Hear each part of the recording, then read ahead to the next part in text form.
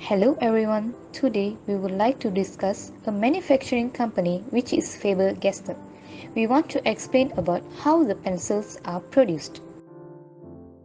First and foremost, I would like to introduce my group members. Dinesh anak lelaki Viramani, Sharmila anak perempuan Tirumani, Anamika anak perempuan Lachumanan, and Kirtiga anak perempuan Arvindran.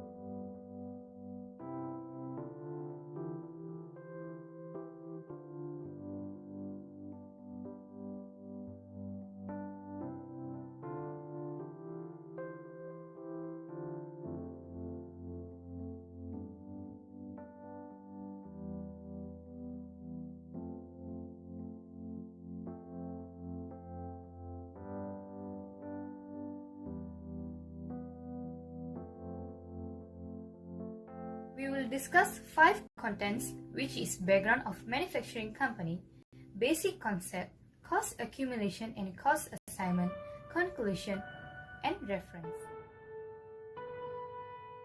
Background of manufacturing company, which is Faber-Castell. Faber-Castell Malaysia was established in 1978 with only 8 staffs.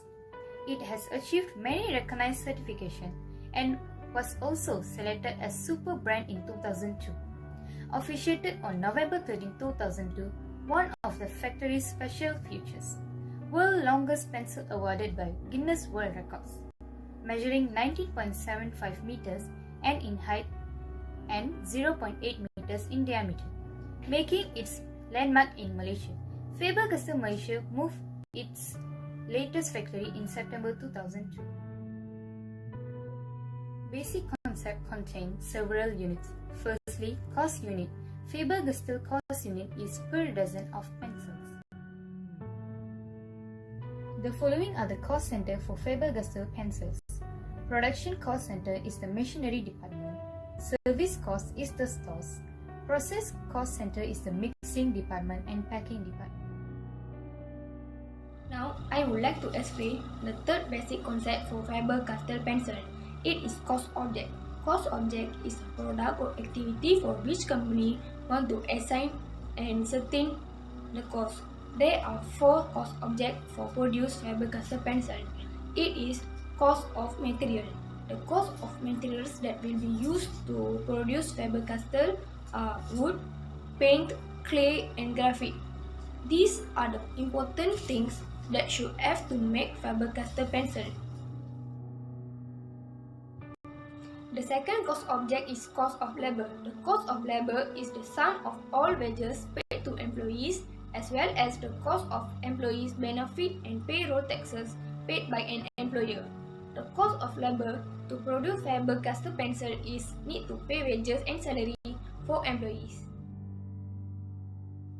Cost of manufacturing overhead. The third cost object is cost of manufacturing overhead.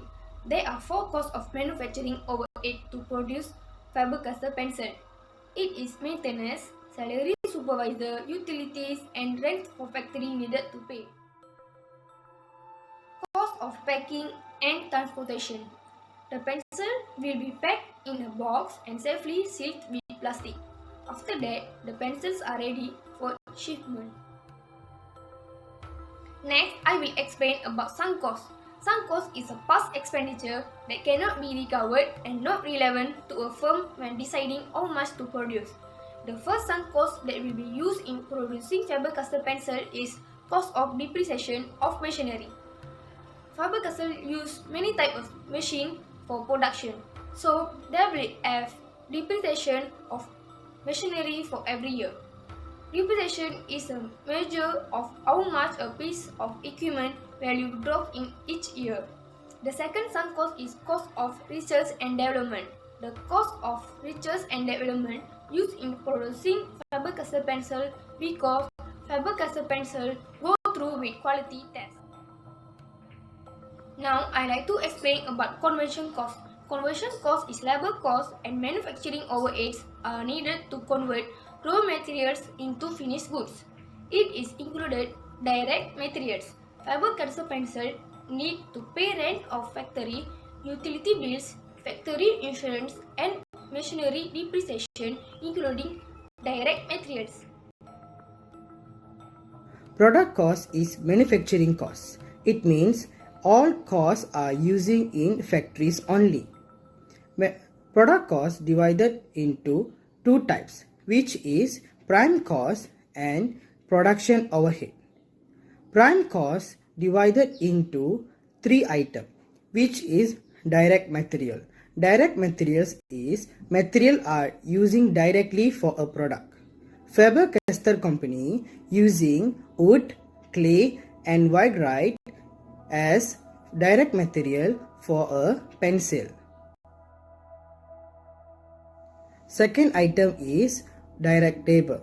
Direct labor is the person who involved directly in a production. Faber-Castell company's operator is the direct labor. Third item is direct expenses. Direct expenses is expenses are directly using for a product. Royalty that spent by manufacturing Faber-Castell is the direct expenses. Second is production overhead. Production overhead divided into 3 items, which is indirect material. Indirect material is material that indirectly using for a product. Faber-Castell company using paint and stamping oil as indirect material for design a pencil. Second item is indirect labor. Indirect labor is the person are indirectly help and managing the direct labor. Supervisor of company's Faber-Castell and foreman is indirect labor. Third item is indirect expenses. Indirect expenses is expenses are indirectly using for a product. Depreciation of machinery, rent of factory Faber-Castell, and utilities factory of Faber-Castell are including indirect expenses. Second cost is period cost. Period cost is non-manufacturing cost. It's when all costs are used for office only. Period cost divide into 2 types, which is administration expenses and selling and distribution expenses. Administration expenses is expense in office Faber-Castell such as depreciation of furniture, salary of clerk, office supplies, and utilities of office. Selling and distribution expenses of Faber-Castell companies is selling expenses, promotion, and advertising. Now, I would like to explain and state the items of cost accumulation. First of all is fixed costs. There are 4 items that we state in fixed costs from Faber-Castell video. Faber-Castell will pay supervisor salary, factory rent, advertisement, and also depreciation of machinery. Second is the variable cost. Variable cost can be divided into 4. First, direct material, which are graphite, woods and clays. Second is direct labor, which is operators. Third is direct expenses, which is royalty. Lastly, administrative expenses, which are clerk salary, depreciation, office utilities and office supplies. Third is semi-variable costs. Semi-variable have properties of both variable and fixed elements. Semi-variable cost for Faber-Castell is telephone bills. So, the conclusion of Faber-Castell is these activities can significantly boost the profits of Faber-Castell company as well as bring it into compliance with the applicable accounting standards.